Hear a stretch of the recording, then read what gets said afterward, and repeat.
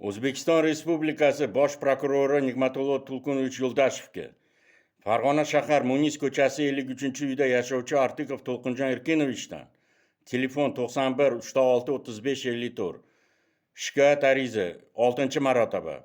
Hurmatli Bosh prokuror, men Artikov To'lqinjon sizning nomingizga 6 marotaba shikoyat ariza bilan murojaat qilganman. Biroq meni arizamni O'zbekiston Respublikasi Bosh prokuraturasining 15-sonli boshqarma boshlig'i A.X. Imomnazarov tomonidan ko'rib chiqib, tabiiyki meni arizamda ko'rsatilgan biror bir vajimni tekshirmasdan 15/4-51 27-22-25 sonli javob xati berish bilan cheklangan. Bu qachongacha davom etadi? Prokuratura xodimlari o'z xizmat vazifalarini qachon sidqidildan amalga oshirishadi? Men shaxsan 2025-yil 3-iyul kuni sizning qabulingizda bo'lganimda siz tomoningizdan arizadagi vajlarni 1-2-3 tariqasida ko'rsatib menga jo'natinglar, men o'zim javob beraman deb aytgansiz. Biroq men tomonimdan arizamdagi 30 ta keltirgan vajlarim bo'yicha javob berilmasdan arizani muddatini qonunsiz ravishda cho'zib sanksiyalarlikka solib kelishmoqda. Arizam avvaliga 2025-yil 10-iyul kuni Farg'ona viloyat prokuraturasi tomonidan 2020-yil 14-noyabrdagi jinoyat ishini qo'zg'atish rad qilish qarorini bekor qilib, tergovga qadar tekshirish o'tkazish uchun Farg'ona shahar prokuraturasiga yuborilgan. 2025-yil 26-iyul kuni men va advokatim bilan birga Farg'ona shahar prokuratur tergovchi Buzrukov qabulida bo'lib, unda shu kungacha arizam bo'yicha nima qilganligini so'radim. U bo'lsa ishlari ko'pligi va rus tilini yaxshi bilmaganligi sababli arizamni tekshira olmaganligi aytib, mendan batafsil tushuntirish oldi. 2025-yil 29-iyul 7-avgust kunlari men Farg'ona shahar prokurori qabulida kirib, unga tergovchi Buzrukov shu kungacha arizam bo'yicha hech nima qilmaganligini, faqatgina vaqtni cho'zish bilan shug'ullanayotganligini aytdim. U menga boshqa tergovchiga o'tkazib beraman deb 2025-yil 7-avgust kuni shahar prokurorining yordamchisi Dostonbek Uzganbayevga berganligini aytdi. 2025-yil 9-avgust kuni shahar prokurorining yordamchisi Uzganbayevning qabuliga advokat bilan birga borganimizda u menga vaqti kamligi sababli prokurordan muddat olishligini aytdi. 2025-yil 15-avgust kuni shahar prokurorining yordamchisi Uzganbayevning oldiga borgan vaqtimizda u prokurorga qaror chiqarib berib qo'yganligini, qachon tasdiqlasa keyin berishligini aytdi. 2025-yil 17-avgust kuni shahar prokurorining yordamchisi Uzganbayev menga qarorni qo'limga berib, mana qaror, shikoyat qilavering deb aytdi. Men qarorni qarasam, Shirzod Mavlanov 2025-yil 14-avgust kuni tasdiqlangan ekan. Qaror bilan tanishganimda shahar prokurorining yordamchisi Uzganbayev 2020-yil 14-noyabr kungi Niyozmatovning qarorini ko'chirib qo'yish bilan shug'ullangan xolos. 2025-yil 10-avgust kuni Farg'ona viloyat prokurori nomiga shikoyat ariza bilan murojaat qilib, unda 30 ta vajlarim bo'yicha to'liq javob berishni so'radim.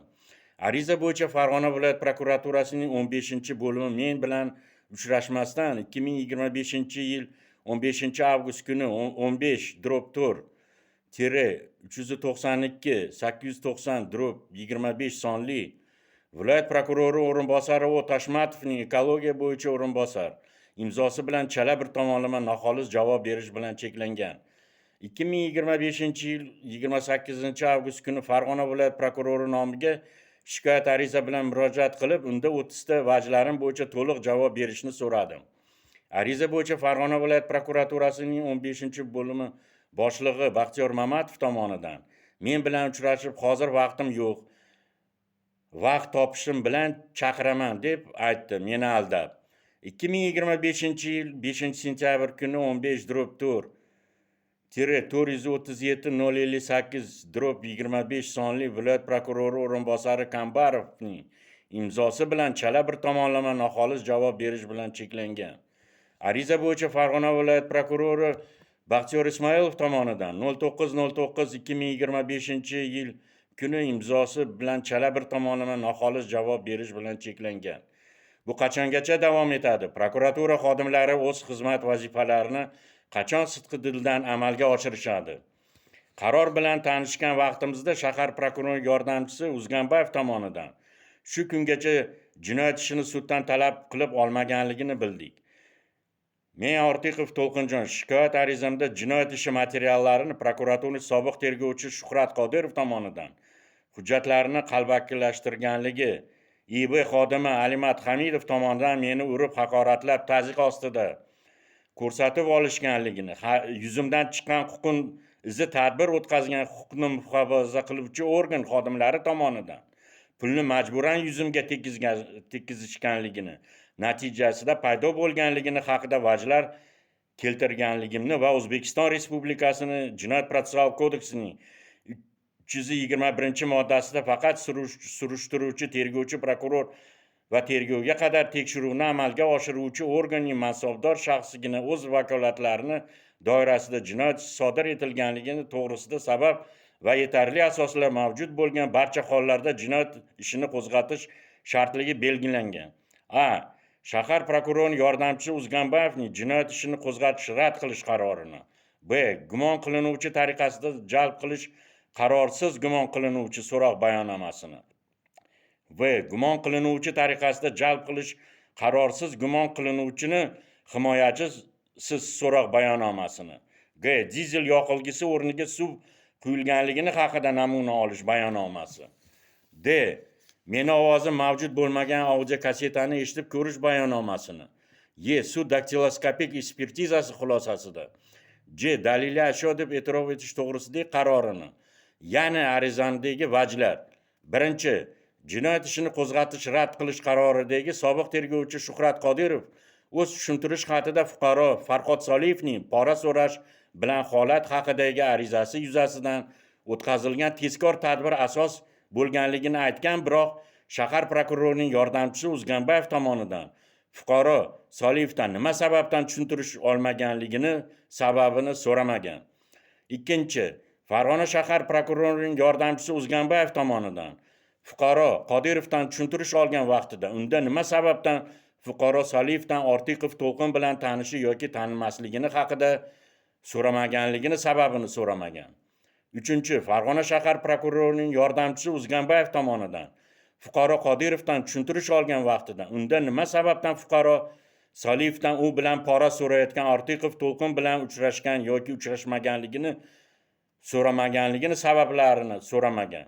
To'rtinchi, Farg'ona shahar prokurorining yordamchisi Uzganbayev tomonidan fuqaro Qodirovdan tushuntirish olgan vaqtida unda agar u gumon qilinuvchi tariqasida so'roq qilish blankasi bo'lmaganligi sababligini, guvohni so'roq qilish bayonomasini tariqasida T. Ortiqovni so'roq qilgan bo'lsa, nima sababdan uni O'zbekiston Respublikasi Jinoyat kodeksining 238-240-moddalari tartibida ogohlantirmaganligini sababini so'ramagan. Beshinchi, Farg'ona shahar prokurorining yordamchisi Uzganbayev tomonidan fuqaro Qodirovdan tushuntirish olgan vaqtida unda nima sababdan gumon qilinuvchi blankasida meni O'zbekiston Respublikasining Jinoyat kodeksining 210-moddasi 2-qismi B bandi bilan gumon qilinuvchi tariqasida jalb qilganligini ko'rsatganlik sababini so'ramagan. Nima sababdan T. Ortiqov gumon qilinuvchi blankasiga o'zi yozib berganligini sabablarini so'ramagan. Oltinchi, Farg'ona shahar prokurorining yordamchisi Uzganbayev tomonidan fuqaro Qodirovdan tushuntirish olgan vaqtida guvoh Siddiqov o'z ko'rsatmasida T. Ortiqovning qo'lidan huquq dog'lari chiqqanligini tergovchiga aytgan vaqtida unda ekspertiza xulosasiga asosan T. Ortiqovning qo'lidan huquq dog'lari chiqmaganligini aytib, unda nima sababdan yolg'on guvohlik berganligi haqidagi ogohlantirishga qaramasdan yolg'on guvohlik berganligi sabablarini so'ramagan. Yettinchi, Farg'ona shahar prokurori yordamchisi Uzganbayev tomonidan fuqaro Qodirovdan tushuntirish olgan vaqtida guvoh Mirzaraupov o'z ko'rsatmasida T. Ortiqovning qo'lidan huquq dog'lari chiqqanligini sobiq tergovchiga aytgan vaqtida undan ekspertiza xulosasiga asosan Ortiqovning qo'lidan huquq dog'lari chiqmaganligini aytib, unda nima sababdan yolg'on guvohlik berganligi haqida ogohlantirishga qaramasdan yolg'on guvohlik berganligi sabablarini so'ramagan. 8. Farg'ona shahar prokurori yordamchisi Uzganbayev tomonidan fuqaro Qodirovdan tushuntirish olgan vaqtida guvoh Nabiyev ko'rsatmasida T. Artikovning qo'lidan huquq dog'lari chiqmaganligi sobiq tergovchiga aytgan vaqtida unda nima sababdan guvohni ko'rsatmasini T. Artikovga qarshi foydalanganligi sabablarini so'ramagan. 9. Farg'ona shahar prokurori yordamchisi Uzganbayev tomonidan fuqaro Qodirovdan tushuntirish olgan vaqtida guvoh Dehqonovni ham o'z ko'rsatmasida T. Artikovning qo'lidan huquq dog'lari chiqmaganligini sobiq tergovchiga aytgan vaqtida unda nima sababdan guvohni ko'rsatmasini T. Artikovga qarshi foydalanganligi sabablarini so'ramagan. 10. Farg'ona shahar prokurorining yordamchisi Uzganbayev tomonidan fuqaro Qodirovdan tushuntirish olgan vaqtida gumon qilinuvchi tariqasida jalb qilish qarorsiz gumon qilinuvchi so'roq bayonomasini asosida so'roq qilib, hujjatlarni qalbakilashtirganlik sabablarini so'ramagan.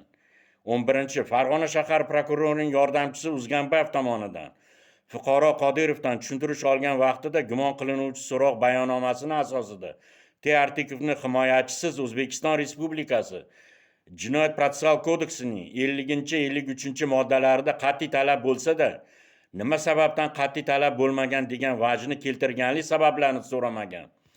12. Farg'ona shahar prokurorining yordamchisi Uzganbayev tomonidan fuqaro Qodirovdan tushuntirish olgan vaqtida sobiq tergovchi tomonidan menga qilingan ayblovda dizel yoqilg'isi deb ko'rsatib, amalda namuna olish bayonomasi dizel yoqilg'isi o'rniga suv quyilganligini haqidagi namuna olish bayonomasini yuritilib, hujjatlarni qalbakilashtirganlik sabablarini so'ramagan. 13. Farg'ona shahar prokurorining yordamchisi Uzganbayev tomonidan fuqaro Qodirovdan tushuntirish olgan vaqtida sobiq tergovchi tomonidan menga qilingan ayblovda boshqa shaxslar til biriktirilib deb ko'rsatib, amalda meni ovozim mavjud bo'lmagan audio kasetani eshitib ko'rish bayonomasini yuritilib, hujjatlarni qalbakilashtirganlik sabablarini so'ramagan. 14. Farg'ona shahar prokurorining yordamchisi Uzganbayev tomonidan fuqaro Qodirovdan tushuntirish olgan vaqtida sobiq tergovchi tomonidan menga qilingan ayblovda tamagirlik yo'li bilan 15,000 so'm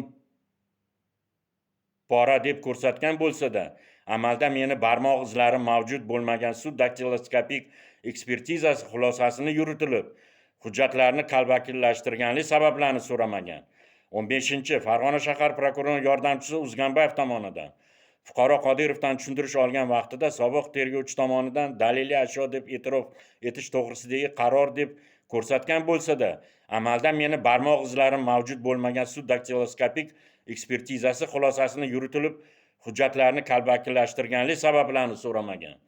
16. Farg'ona shahar prokurorining yordamchisi Uzganbayev tomonidan fuqaro Qodirovdan tushuntirish olgan vaqtida sobiq tergovchi tomonidan haqiqatdan ham Ortiqovni o'zi so'roq bayonomasini to'ldirganligini aytgan holatida Qodirov uni so'roq qilmaganligi va boshqa joyda boshqa shaxslar tomonidan majburlab yozdirganligini o'z isbotini topganligi sabablarini so'ramagan.